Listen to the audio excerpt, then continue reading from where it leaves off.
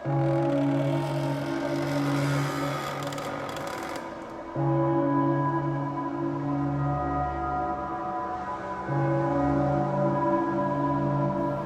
is Unexplained YouTube.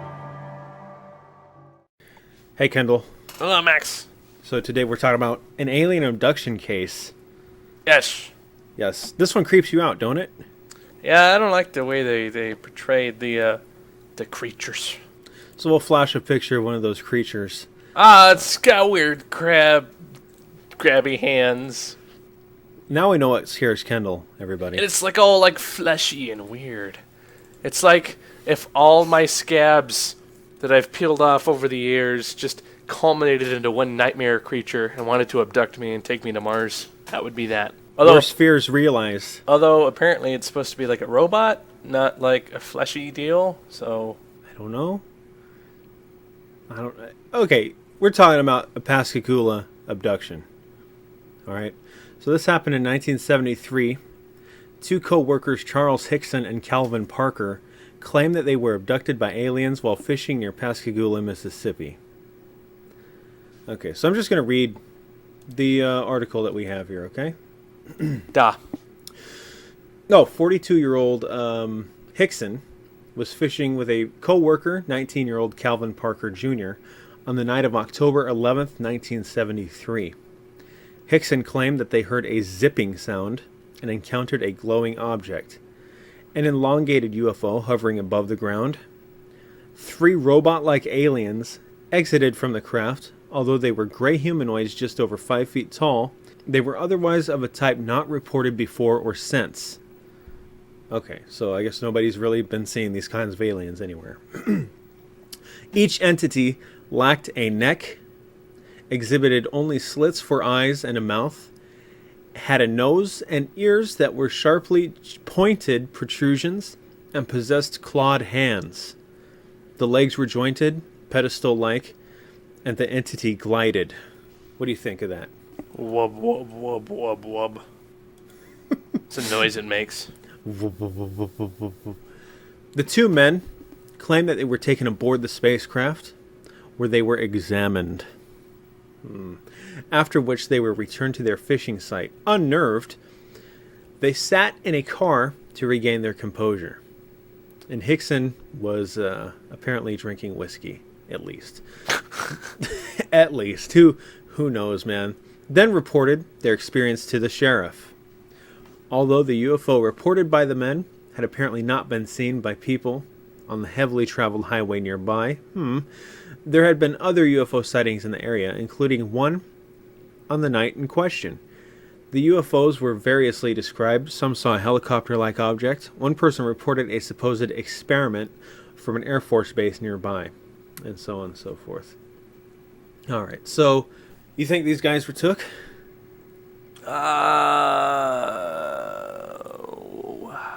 Maybe. Yeah, I don't know. I'm skeptical. And I'm usually pretty lenient with abduction stories, but one dude was drinking. I don't know what they had to gain. Didn't they write a book or something?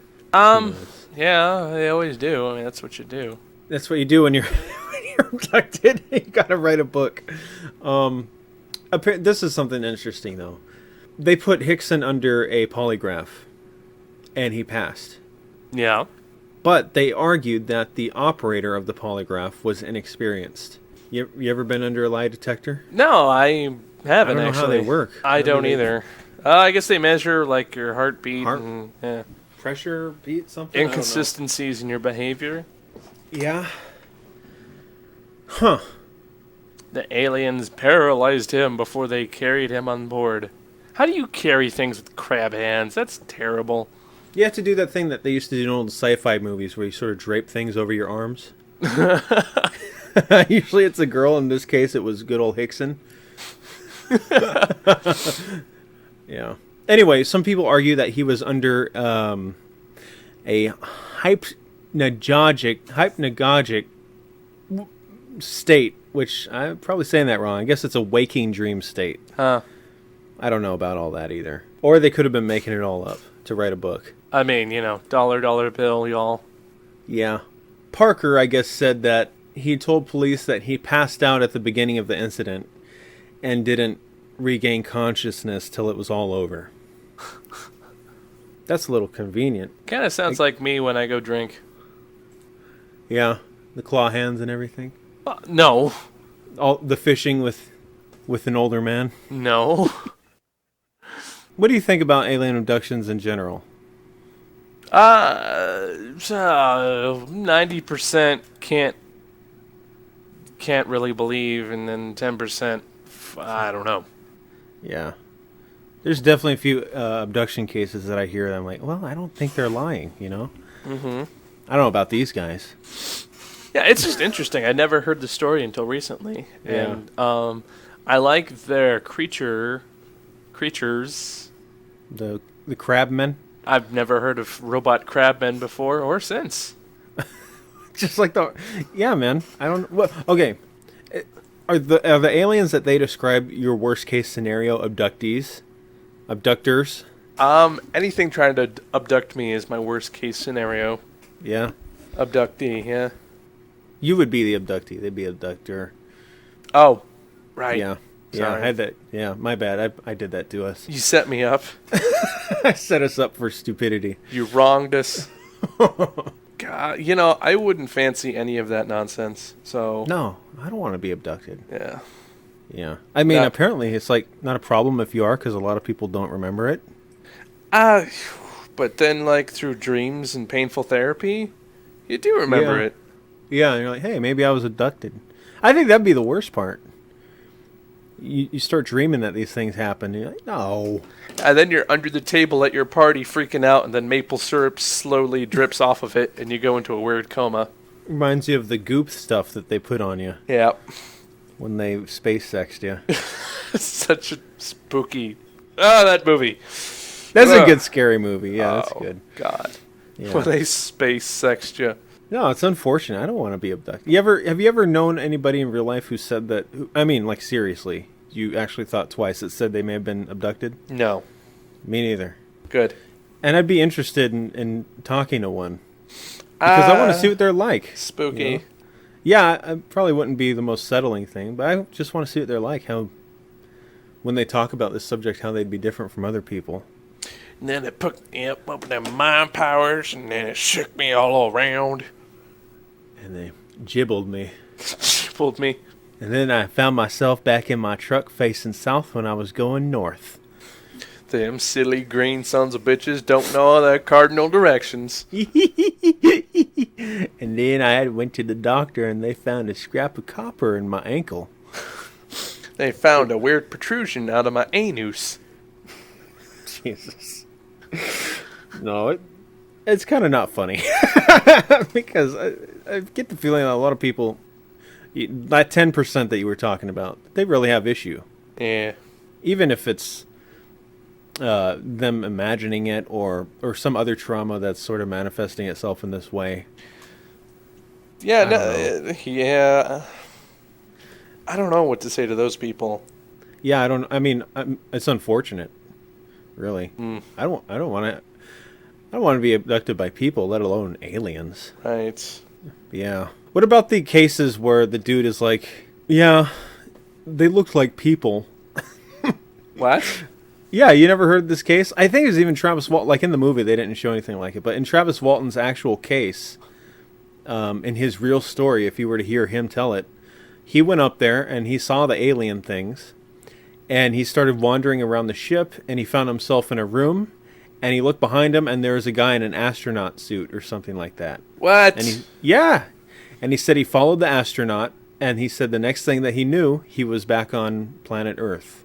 That's if you were to hear his real story, that's what he said happened. What, dude? So it's like a South Park thing where they manifest themselves to something. I don't know, but he told that way before South Park did it. That's the thing. That's probably where they got the idea. Maybe. I mean, what do aliens know of us? Well, they know about astronauts. So I mean, if they're taking us, sure. Well, they don't take astronauts though. How do you know? How do astronauts know? Well, because doesn't. I don't know. Don't they have like constant contact with Earth? I guess so. Not when you go around the dark side of the moon. Oh, that's true. You lose contact. Yeah. Yeah. I mean, you don't have to be in space to be taken. It Right. could be like when the astronauts are back here, But they wouldn't be in their spacesuit, Max. going fishing with their creepily young friends. Getting drunk and seeing where. Yeah, letting their friends underage drink and getting abducted. Like, there's a couple the creepiest part to that story is not the aliens. All right. It's the middle-aged man hanging out with the 19-year-old. It was a different time back then. That's true. 1973. Nothing can stop the man. Nothing can stop the working man. Kendall, you ever been through Snowflake? Yeah. That's where Travis Walton says he was took. Yes, I know, Max. We've talked about it before. I've been through there. It's spooky. It is spookus. I wonder if anybody knows the exact spot where he said he was taken. Yeah, I'm good not going there. Yeah, if anybody wants to send a picture of it.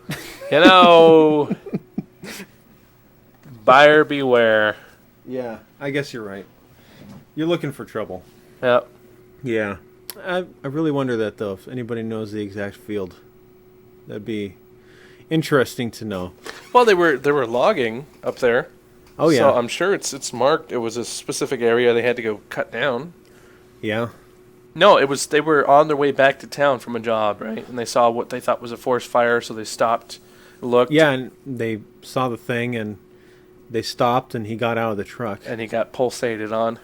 Yeah, if anything, it's probably in some police record somewhere when he went missing. Probably. Yeah, when they went out to the spot and said, this is the last place we saw him. I don't know. What's your worst case scenario abduction? Would it be the classic, you're on the highway and you see the thing following your car? Or would it be the other classic, you're in your bed and the thing's at the foot of your bed? Oh, the night terror scenario. Yeah. Like I said, both of them don't want. If you had to choose the lesser of two evils, There how would is you no want it? answer. How would you want it, big man? I don't want it anyway. I'm reading his the account here, and it's describing describing the aliens Yeah. and Travis Walton or the Parker and no, the Parker Hicks. and the Okay, yeah. oh, where was I reading? Crap. I was just reading a thing, and I can't find where I was reading. Okay, according to his account, 3 humanoids emerged from the UFO and floated towards Hickson and Parker. Yes. They just did that, floated towards. That's just...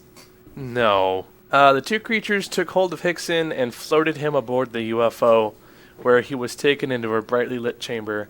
The 3rd creature grabbed Parker, who fainted, and also floated him into the craft. And then he woke up after it was all done. I guess. The humanoids examined Hickerson with an object that resembled an eye, but was not attached to anything. Oh, okay, that's cool. All right. He felt completely paralyzed when they did so. That's unfortunate, man. I told you about that book I read. Usually when I read books, I don't get scared because I have the block. I can put up the block. It's not like a movie where it's visually there. But man, this freaked me out. I think it's called The Greys. I don't know. It's some Whitley Strieber book. And this kid woke up and he found himself in a strange vessel. And it was dark. And he didn't... I don't know. He looked down at his body. He realized he was tied down or paralyzed or whatever. I don't quite remember. And he looked down at his body. And what he saw, he didn't recognize. He's like, man, what's this? This isn't my body. And then he looked over across the way. And he saw that his skin was hanging up. They had just like took his skin off like it was clothing. And they were keeping him alive without his skin. And then that's like the last thing he remembered. And then he snapped back to real life. And all his skin was on. Isn't that the worst thing? Oh my god. At least that's what I got from it. What's that over there? Oh, that's my skin. It's my skin. Oh, I get what I was looking at down there now. Excuse me while I just vomit. Yeah, no. That'd be pretty horrible. Yeah. Yeah, that's no good. Anyway. No, man, alien abductions. I don't, like you said, there's that low percentage that you just can't, who knows what actually happened. Yeah. And man, they pass polygraph tests, they pass lie detector tests. They tell a lot of these people tell the same story every time. There's no difference. They're consistent. Again, I'm no like expert on head things that go on in your mind, but Head games. check it and see. That's not it. But you know, No, got a photograph. no, Not even. Oh. That was Def Leppard. Whoops. Close enough. Motorhead. What's your price for blood? Alien abductions are creepy. I don't want it to happen to me. I don't want it to happen to me either. Did you hear about the story? I'm sure you've heard about it. It's always on the alien documentaries when they show up. The dudes were fishing like in a boat, and they were camping. Yeah. And the aliens got down in the water, and they were like dragging them out of their boats. What? Yeah, you never heard that? It's like a No. famous one, man. Why would they drag them through the water? I don't know. But they were like physically down there trying to wrestle them. The aliens got in the water and then were like, "We're gonna get you out of your boat, boy." Yeah, man. It's like a famous case. You could probably What do the? a minute They're in a of Google freaking- search and figure it out. They're Yeah. in a floating vessel. They couldn't just. No. No. No. Clearly, we need to get in the water and Steve Irwin these guys out of their boat. Throw the thing over their face. What is it, the potato sack? So did the guys get abducted, or did they? Yeah, they got abducted, yeah. They- And there's like a guy that didn't go out on a boat or something. There's some weird differential factor. Like there's a guy on the shore that was hiding from a thing in the woods at the same time. Something like that. I forget. Somebody out there will know the case, I'm What? pretty sure. Yeah. I've never I'm heard surprised this. that you don't know it. No, I I've never forget heard who this it. before. I'm going to quick Google it because I can edit out dead time. Sounds so fantastic. Let's see. Alien abduction case, fisherman boat. So how come there was the one puss who didn't go on the lake? I'm looking. Didn't get grabbed at. Apparently, okay, that's one. It's the Allagash abductions. You never heard of these? Mm-mm. Apparently, Jim Wiener, Jack Wiener, Jim and Jack Wiener. It's probably Weiner. Charles Foltz and Charles Rack claimed that they were abducted by aliens during a camping trip near Allagash, Maine, on August 20th, 1976. According to the four men, hypnotic regression enabled them to recall the experience of being taken aboard a UFO and probed and tested by four-fingered beings with almond-shaped eyes and languid limbs. The incident was the subject of a book, of course, The Allagash Abductions by Raymond E. Fowler.